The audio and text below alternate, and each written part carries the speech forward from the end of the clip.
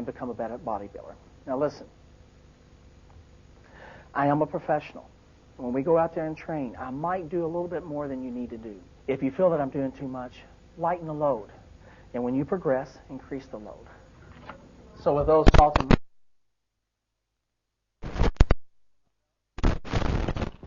that's good. Follow me. Have a good one today. You and I together.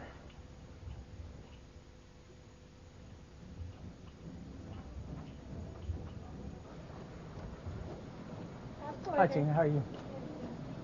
You know, when I'm in the gym, I try to be approachable at all times. When I'm doing a set, I'm 110% there. You can trust me on that.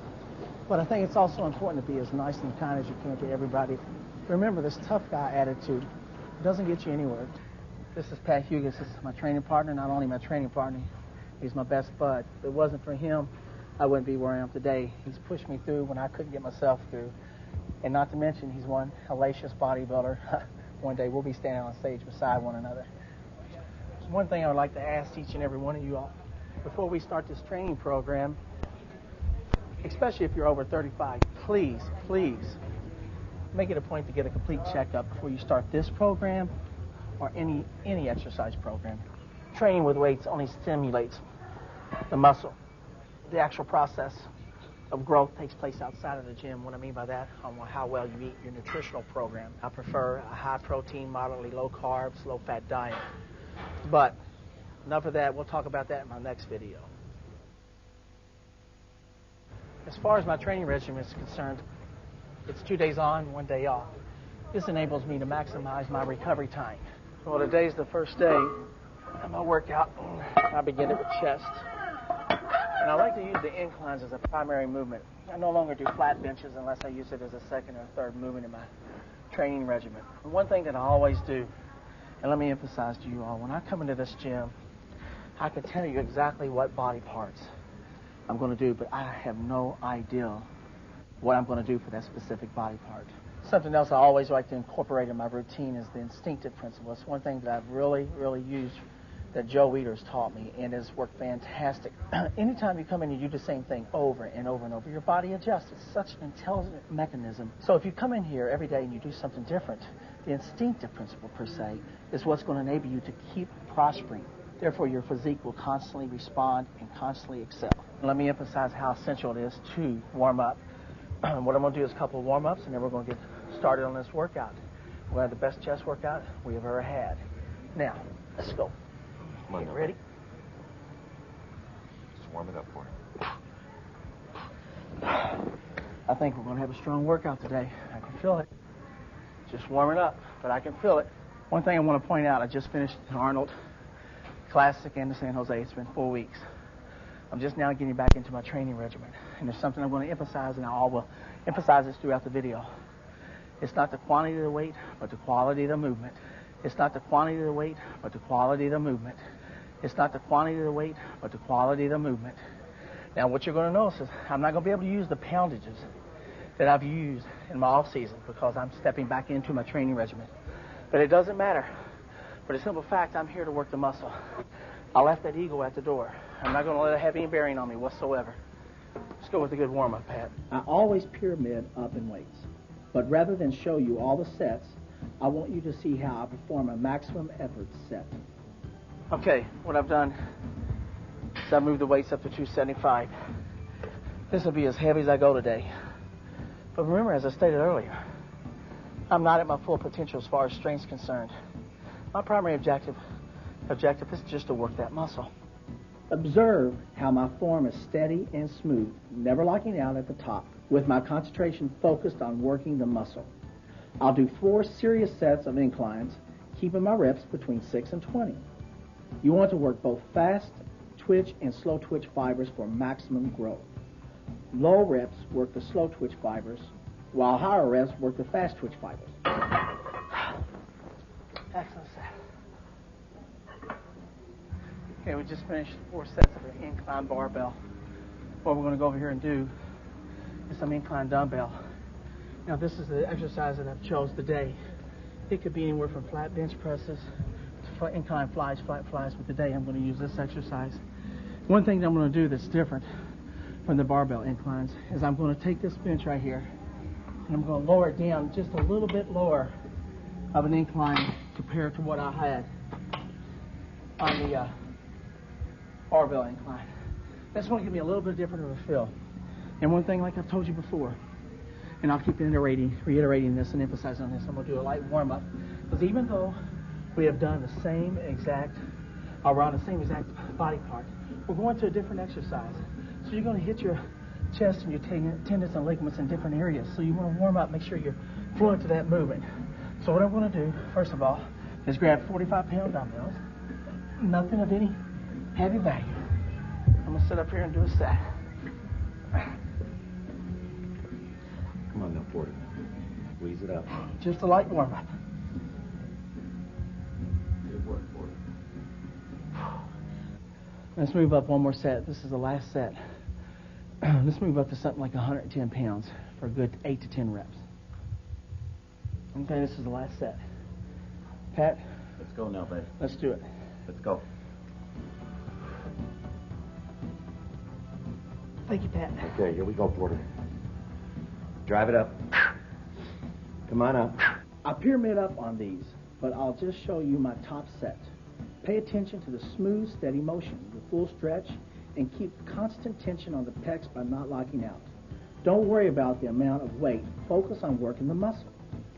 I'll do 4 working sets of 6 to 20 reps on dumbbell inclines. By now, I've got a terrific pump. 9, beautiful. 10. Okay. Super set. Good strength, man. Way to push.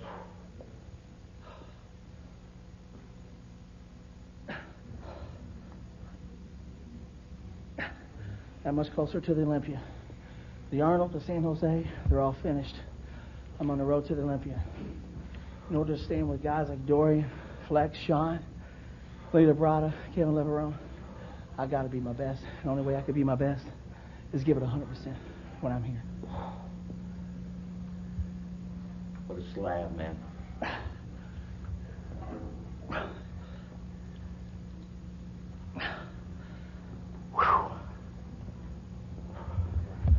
Without this movement, I could have never obtained this. Incorporate this if you haven't. Let's go to the next one. And the next move is, I don't like flat benches too much. So today what we're going to do is some upright bench presses. Simulated movement, but I feel more out of the pectoral muscles versus the using the flat benches. So let's move on over that. This is where it's happening right here today in the gym. We're here for one thing. It's to get better than we were. That's everybody's objective, just to be the best that you can be. I don't know if you're fortunate to have one of these where you train, but it's a fantastic piece of equipment. I like it much more than I do the flat bench presses. Let's go to the first set. Come on, Porter. Good push. Good push, man. Way to work. Squeeze it. Beautiful. Come on, Porter. Great. Excellent set. Again, I do a few warm-up sets, then work up to 3 or 4 sets of 6 to 20. I do these with a concentrated motion, focusing on stretching and contracting the pecs with each rep. Come on. Super, Porter. Okay. Good job. Good set. Thanks, Pat. Thank God for partners. Let's head over onto the cable crossovers. Hey, do you mind we work in with you? Sure. Hey, thanks. Thanks a lot. All right. Okay. You know, one thing that I've always tried to do my whole life, especially as a bodybuilder, it's unfortunate bodybuilders have such a bad reputation. I don't know whether they're under a lot of stress from the diet or whatever it may be. I mean, I even get under a lot of stress. But I tell you, most important things, save the aggression. If you have any whatsoever, save it for your sets. Let it be what helps provide you for your energy for your sets. Be as kind as you can to people because we're all in this together. You know, we all have bad days and we have good days. Now, I'm using this as a movement to move blood into the muscle tissue down all my mainstream movements. And what I'm doing with this is doing as high a rep as I can and forcing as much blood into the muscle. 80 pounds.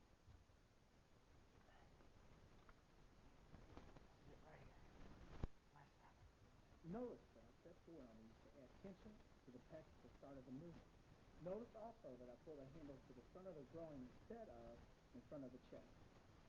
The motion is like doing a crab pose. When you pull the handles in front of the groin, you're following the natural movement of the pectorals.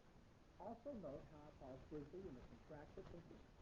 I'll do 4 sets of 8 to 25 reps on the crossover.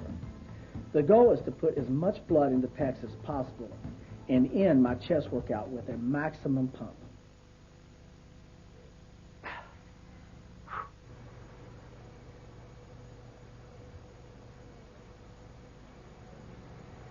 Pick me up. We finished chest. We had a great chest workout. And now we're going to shoulders. Because we're going to start off with some front barbell Smith machine presses. Then we're going to move on to laterals. And one of the factors that bother me doing chest and shoulders together, when you work chest, you work about 80 to 90% of your deltoids. My philosophy is, you've already forced 80 to 90% of the blood into the deltoids. You've basically worked them. Why not finish the job? One thing that I want to point out, a lot of people tell me that my deltoids are one of my strongest body parts. I have been fortunate enough, even as a young child. I remember joining my first gym at 20 years old, 124 pounds. Believe it or not, I still have deltoids. My primary objective is to be as fully developed all over, with everything being perfectly balanced, everything flowing perfectly as a piece of art. And that's what I am, an artist. Come on forward. So my last set. I'll usually start out with 135, and I'll never go any higher than 2 1/4. Okay, ready? Here we go. Okay. See. Come on. I never do behind the neck presses because it's an abnormal movement that puts excess stress on the shoulder joint. Like always, I pyramid my front presses, doing 4 sets of 6 to 20 reps. Take a medium grip, not too wide, come all the way down with a full stretch, and stop at the top before a full lockout. Can I ask you a question? Yeah, sure, go ahead. Can you get the same amount of leg press that you do with squats? Sure you can. Main thing with every exercise, any exercise could be a mass building movement. I no longer do squats for the simple fact I try to keep my waist small. But if you get in on a leg press and you give it 110%, keep your reps relatively high, and always give it 100%, you'll get just as much out of the leg press as you will a squat. Okay, thank you. Okay, take care. You know, as I've said before, I try to be as accessible to people as I can between sets. There's only one thing I usually ask of everyone. Just let me get my set in, and after I'm finished with my set, you can ask me anything you'd like. Next, I move to lateral raises to work the side head of my deltoids. Form is vital in this exercise, so you don't want to go too heavy on these. I do 4 sets of 15 to 20 reps, focusing on getting the contraction at the top. Bring the weight up until it's parallel with the floor and stay in control of the weight. Remember, it's not the quantity of the weight, but the quality of the movement. One of the factors involving it being the best movement, a simple fact, is when you want to accentuate the width of the shoulder versus the size of the waist, you want to add a cap to it. Your presses are fantastic, but this right here, you're able to isolate either the front deltoid, the side deltoid, or the rear deltoid. And doing that, this causes your shoulders to expand. Gives you that round ball, the ball. And that's what I'm trying to grab for, is that ball. So when I stand on stage, not only do I look broader, my waist looks smaller, even though my waist isn't smaller. It's the fact that I've added so much to the cap of the deltoid. A lot of times people will do the movement like this right here and just throw it back. It's a side lateral. Do it as it is. Go straight out to the side. Straight out to the side, okay? If you have to drop down to 15 pounds, drop down to 15 pounds. What I'm going to do now is I'm going to rear deltoids, okay? So many bodybuilders today, both amateur and even some of the pros, they lack in the rear deltoid development. And what I'm going to use is a piece of equipment such as this right here. Instead of doing the regular bent over dumbbell rows, this isolates me. This takes the pressure off my lower lumbar area. Again, people tend to use too much weight on these. You're not doing rows here. You're doing flies. You want to keep the weight out from the body. I warm up, then do 4 sets of 6 to 20 reps. Focus on fully contracting the rear delt at the top. Don't neglect your rear delts. They not only round out your shoulders, they also add impressive depth to your upper body from the rear. We've already finished the front, the side, and the rear delta weight. Now I'm going to finish my shoulder workout off with trapezius work.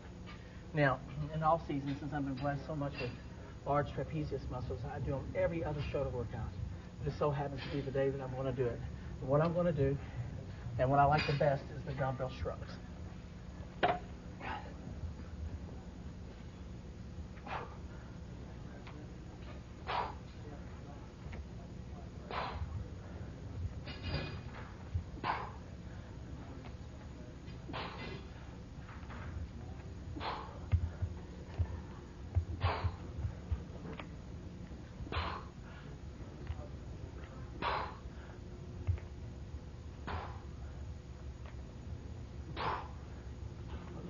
One thing we want to emphasize on, as on later in the video, we'll talk about doing calves. You want a full contraction.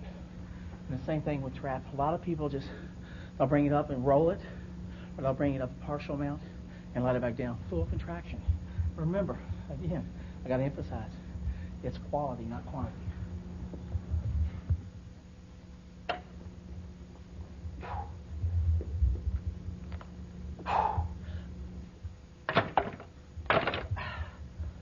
That's it. That concludes our trapezius workout, and that's the end of our shoulder workout. So that's workout number 1, chest and shoulders. It's very simple, nothing fancy or complicated, just the basics properly performed. Now it's time for a shower, and then home for the post-workout meal, then back tomorrow for back and biceps. See you then. The primary reason every one of us step into the gym to lift weights, I'm sure we admire that certain look of a bodybuilder. But most importantly, we're there to better ourselves and to enhance our own self-esteem. Hey, it's nice to see you again today. We're doing a hard workout. Let me tell you a little bit about my back. 1988, I do the Junior Nationals. Yeah, I won. I was fortunate enough to win my class and the overall. But let me say something. They told me that my back was very weak. After that point, I said never again.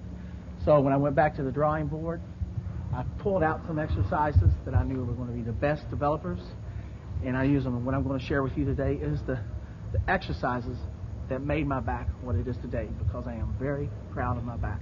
So what we're going to do is start off with just a couple of light warm-ups, like I always do. And today we're starting out with crunch pull-downs. I normally never, ever do chins, very rarely.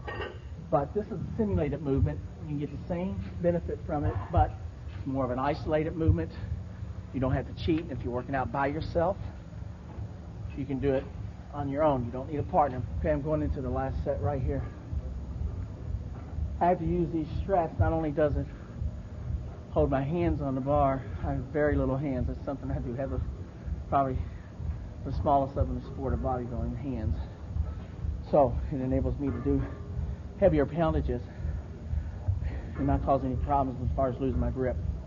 It's my last set. I'm going to go about 8 or 10 reps. The main thing is just give it 100%. Notice I take a medium grip, not excessively wide, because no matter what you've been told, a wide grip does not widen your lats. The poundage is moderate, a weight I can control and feel. I'll do 2 or 3 warm-ups and then 4 sets of 8 to 25 reps.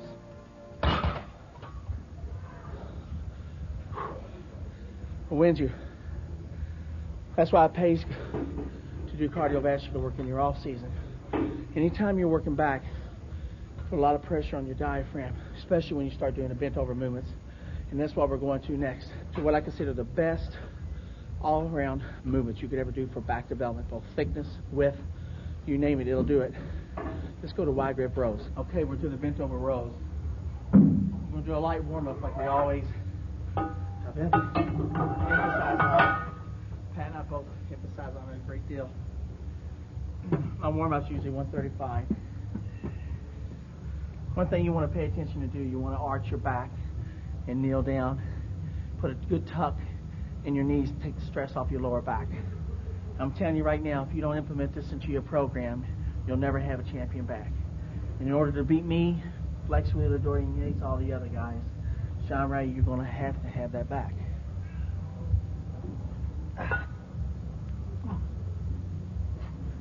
Nice and smooth, Porter. One point that I want to make when you're doing bent over rows, You know, I hear of a lot of guys doing 315, 365, even 405 on bent over rows. My God, I don't know how they do it.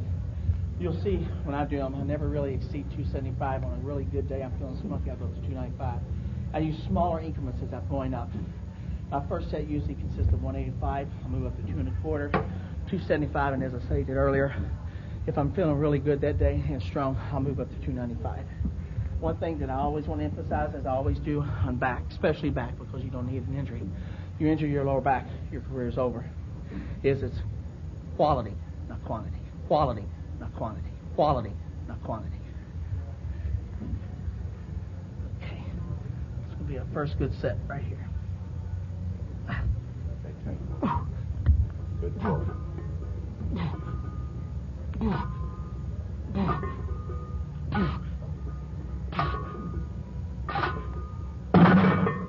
Okay.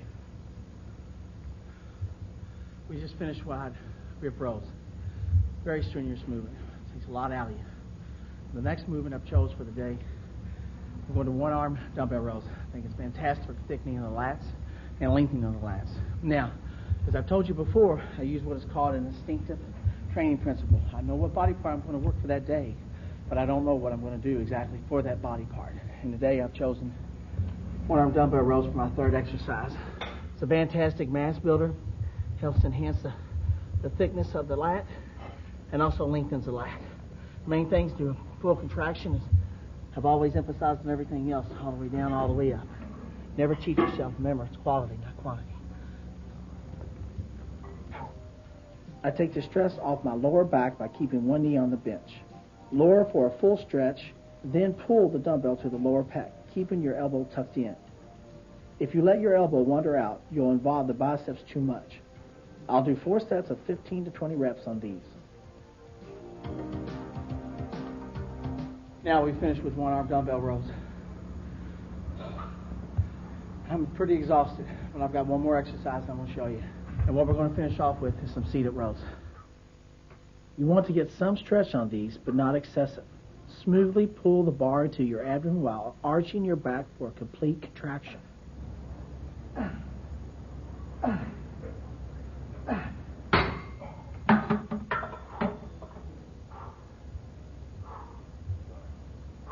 Now what I'm going to finish off with for my back training is some hyperextensions to help develop my lower back. A lot of people like deadlifts, but I don't do them. I'm a bodybuilder, not a powerlifter, and I think deadlifts are dangerous. I also think they flatten out the traps, so I stick with hyperextensions. I don't use any weight on hyperextensions. I focus on my lower back, going slightly beyond parallel. Arch too high and you can damage your disc. 3 sets of 15 to 25 reps should do it.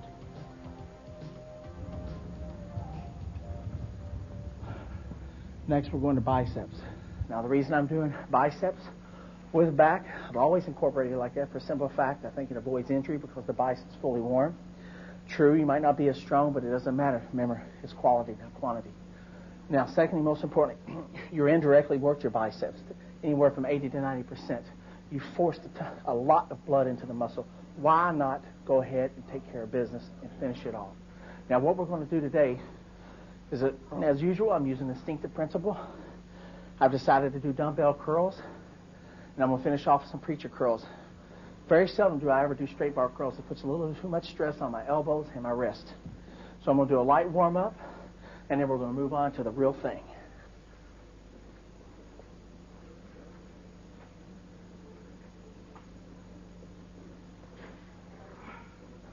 Now we're going to the real thing.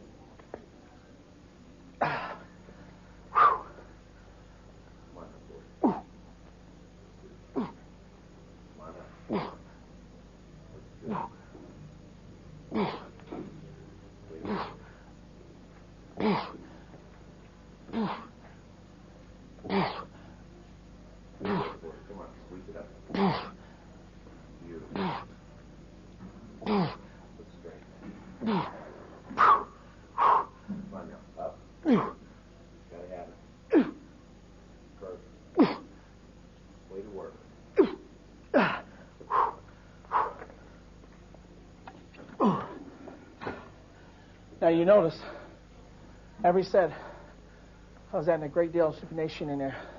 The point that I always try to make is very simplified. Make sure that your pinky goes into your front deltoid. Always full contraction. You want to build full, complete, lengthened bicep. Come on, Pat. I'll do 3 or 4 sets of 6 to 20 reps and then move to easy bar preacher curls. The easy bar takes the strain off the wrist and elbows. Sometimes I'll do the easy curls first and then the alternate curls. As I said before, I'm always doing different things to stress the muscle in new ways. The reason I do easy bar preacher curls is to get a full contraction of the biceps. This helps give your bicep that thick, bald look. I usually finish my bicep workout off with some concentration curls. You'll notice that I'll use the preacher bench to do my concentration curls. This enables me to get a better contraction on my biceps. I'll usually do 2 to 3 sets, anywhere from 12 to 20 reps. Always fully contracting the bicep. Now we've just completed our bicep workout. I finished off with isolated concentration curls on the preacher bench. Now I've got to be honest with you about something. I never do forearms. It's something I've been genetically gifted with. Something I want to point out that one of the factors that bother me never doing forearm work. When you do back training, you use a lot of your hand grip. Therefore, there's where my forearm work comes in. Now that we've completed back and biceps, you know, some days I come in here and I have a fantastic workout. Other days I don't. I've got to share something with you. I see so many people get upset when they come into the gym and they get depressed because they might not be able to get a specific lift or lift a certain amount of poundage. But that's not what it's about. If you look at things in perspective and keep them in perspective, just how lucky are we to be here? How many people would love to be able to walk in the door and be able to use the weight just with their hands or maybe even the legs that maybe they don't have access to or the ability to use. Train 2 days in a row. You know I do a 2-in-1. Tomorrow's my off day. The following day I'm coming back and we're going to do legs. I'll see you then. If I had to say one key element that keeps me going, it would have to be that one young kid that walks up to me and asks me for my autograph, or the letter that I might get that would say the fact that you have changed my life. You do not know the effect that you've had on me or my family. Well, hello. It's me again. I'm glad you're hanging in there with me. You know, I've had a day's rest. As I told you before, I do the 2 on, 1 day off. It works real well with me, and also works real well with my job. And one thing I want you to always remember, try to adjust equipment that best fits your body before you even start. And what we're going to do today is we're going to do legs. And when I do legs, I start off with extensions. One of the things that I do not want to acquire is an injury, so I need to warm up as thoroughly as possible. And what this does is it warms my knees and my quads up. I'll usually do 4 to 5 sets, 15 to 25 reps. And one thing that I always want to emphasize on, and I stress this so much, is always be in control of the movement. Remember, it's not the quantity of the weight, but the quality of the movement that you're doing. Your primary objective is to work the muscle, not move the weight.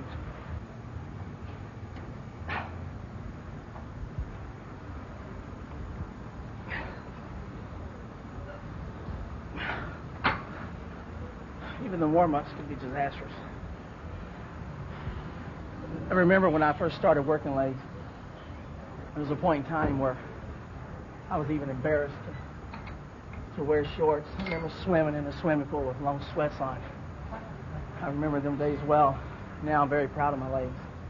It's taken a lot of hard work. There was a point in time, as small as my hands are, I could put them around my legs and move them around, but now I can't even come close. And the reason that is because I've worked so hard and dedicated myself emphasizing on the exercising and the nutritional aspect of it. A lot of people say you can't build legs without squatting. And while I respect their views, I can't say I agree. I haven't squatted in about 10 years because I want to keep my waist and butt as small as possible.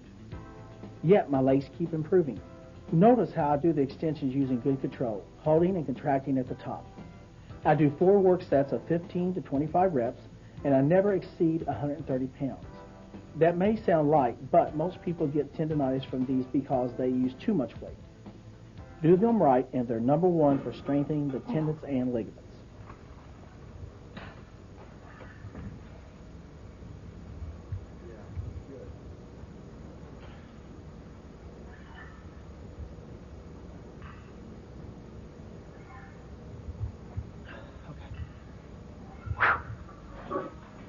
This is the leg presses, you all. This is what I do for my mass building movement. As I told you earlier, I don't squat any longer. But I'm going to tell you right now, you can get the same development with these leg presses as you can with squats. Main things you got to do is push yourself. And what I'm doing right now, and let me emphasize this, I'm just warming up. Every exercise I do, even though it's the same body part, I do a couple light warm-ups to avoid injury. Now, something I do different than most people is I do a lot of reps. No less than 20, and yes, I do go as high as 50, 60, and 70. And I've come to find out that this is what's help develop my quads even more so. And one thing else, I used to have knee problems, and I quit wearing wraps, knee wraps. A lot of people use that as a crutch. And when I stopped wearing knee wraps, my legs responded more, my knees quit hurting me, and I felt more of a excruciating pump. And I wasn't able, should I say, not to use the same poundages, but as time went on, and I adjusted not using wraps, I got stronger, much stronger. Let's go, 60. You think I can do it? Well, I'm going to tell you something. I have faith in each and every one of you all. And I just want you to have faith in me. Okay, let's do it.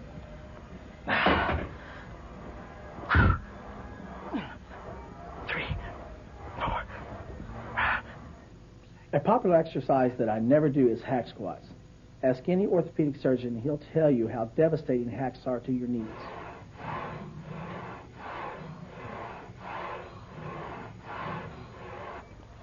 $50. 51. 52. 53. 54. 55. 60. Man, if you're not queasy after that, you don't get queasy. Don't let that stop you, though. I've thrown up many times and come right back out and did the same thing over and over. You know? We're going to hamstrings. I always do quads and hams together. I seem to be stronger on hamstrings after quads versus doing them segregated. But I got to emphasize, you got to give it 110%. Let's do hamstrings. Come on. I'll often conclude my quad workout by returning to the leg extension and doing 2 or 3 more sets with 30 or 40 pounds, just to get as much blood into the muscle as I can. Lying leg curls are my primary hamstring exercise. As always, I do a few light sets. I'll do these in controlled fashion, contracting the hamstrings hard at the top. And you know my motto by now. It's the quality of the movement, not the quantity of the weight. 5 or 6 sets of 10 to 25 reps really stimulate my hamstrings. One more. That's it. It's the last of the leg curls. Wait a minute. I also do seated leg curls for 3 or 4 sets of 10 to 25 repetitions. These really give you strong contraction of the hamstrings.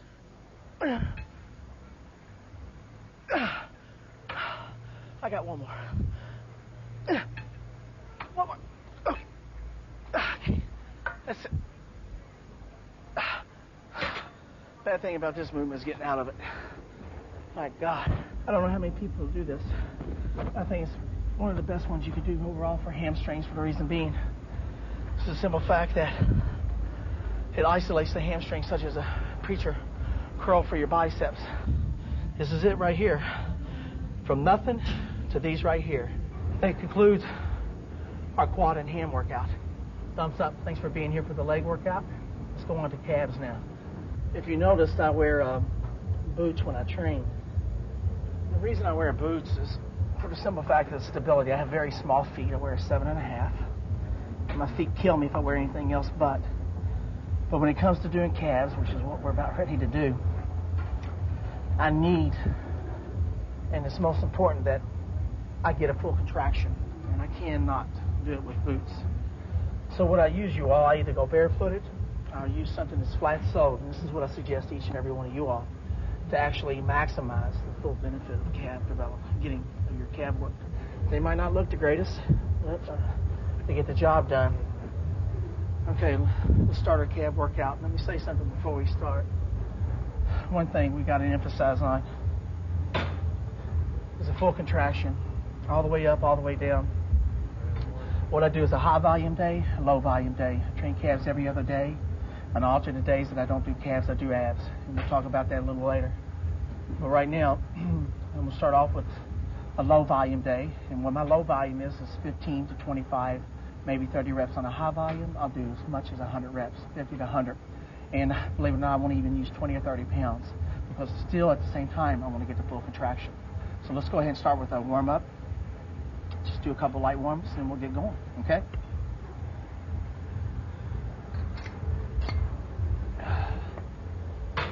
Again, we got to adjust the equipment for us short people.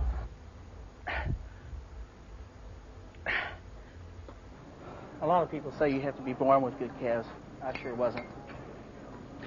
My calves used to be, well, Pitiful. Pathetic. Putrid. well, you get the point.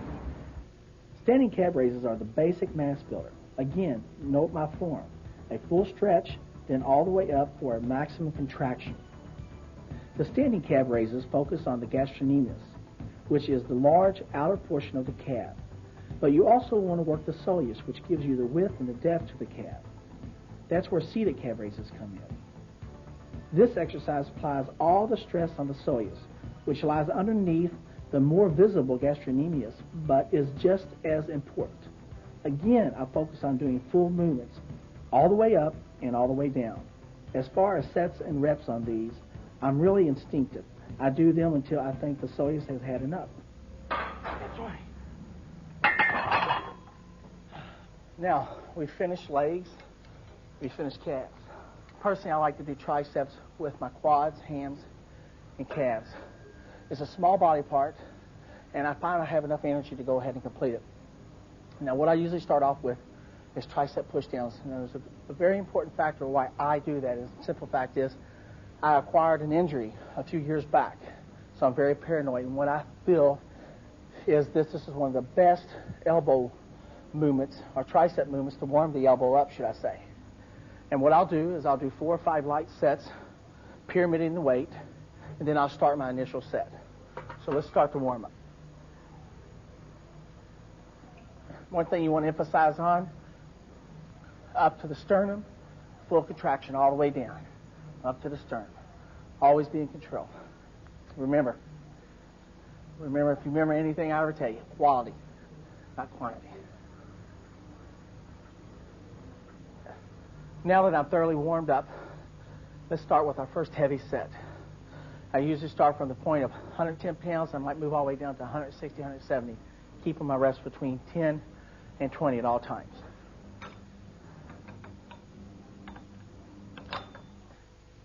I'll do 4 to 6 work sets of 10 to 20 repetitions, bringing the bar all the way up to my sternum and fully contracting the triceps at the bottom.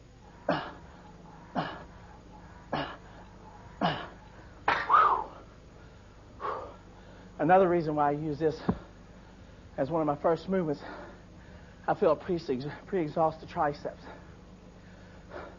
Therefore, with my elbow being so sensitive, the next movements I go to, I won't be able to use the poundages that I would if I normally started first on them. Okay. We just completed the tricep pushdowns. My next movement, and my primary movement for the day, is going to be close grip benches. Now, I prefer to do them with the Smith machine versus the free weights. The simple fact is more isolated. I get a better feel out of it.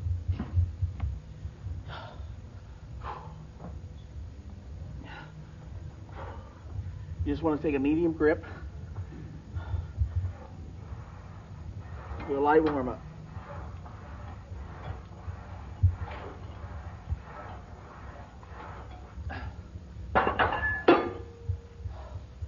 You'll find on the Smith machine you can't use the poundages you would if you use free weight because of being an isolated movement. But you're getting the same effect. Remember, I used Tricep push down is a pre-exhaustion. Trust me, it's definitely pre-exhausted my triceps. There's one thing I've always felt I kind of lacked in, and that was arm development.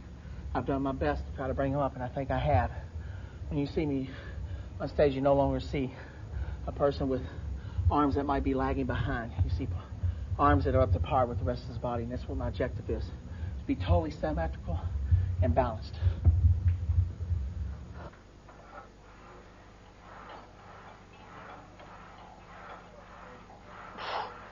Ooh. Ooh. Ooh. Ooh. Two more.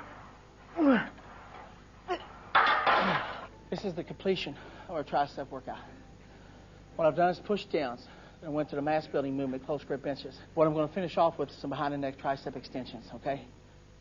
Always remember to do a full contraction all the way down and all the way up with the dumbbell. 4 or 5 sets of 10 to 15 reps leaves me with a terrific tricep pump.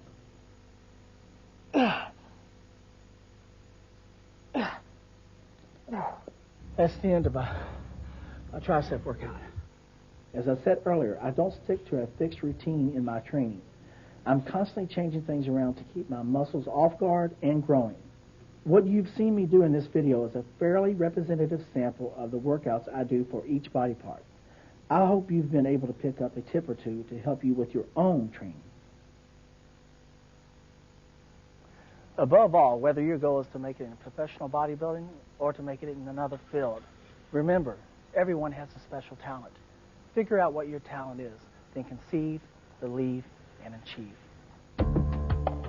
My favorite author and philosopher is Agmandino. I'd like to share with you this poem from his book, A Better Way to Live. Lord, forgive me when I whine.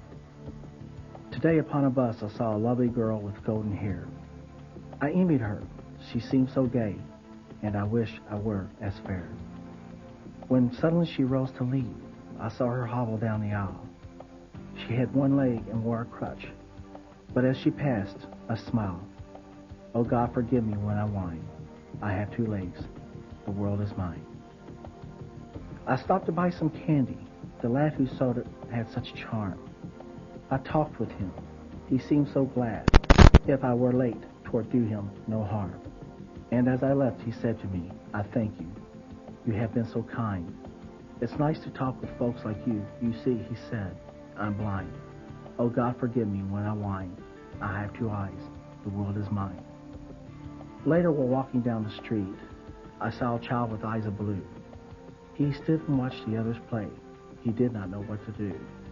I stopped a moment, then I said, why don't you join the others, dear? He looked ahead without a word, and then I knew he could not hear. Oh God, forgive me when I whine. I have 2 ears. The world is mine. With feet to take me where I go, with eyes to see the sunset's glow, with ears to hear what I would know. Oh God, forgive me when I whine. I'm blessed indeed. The world is mine.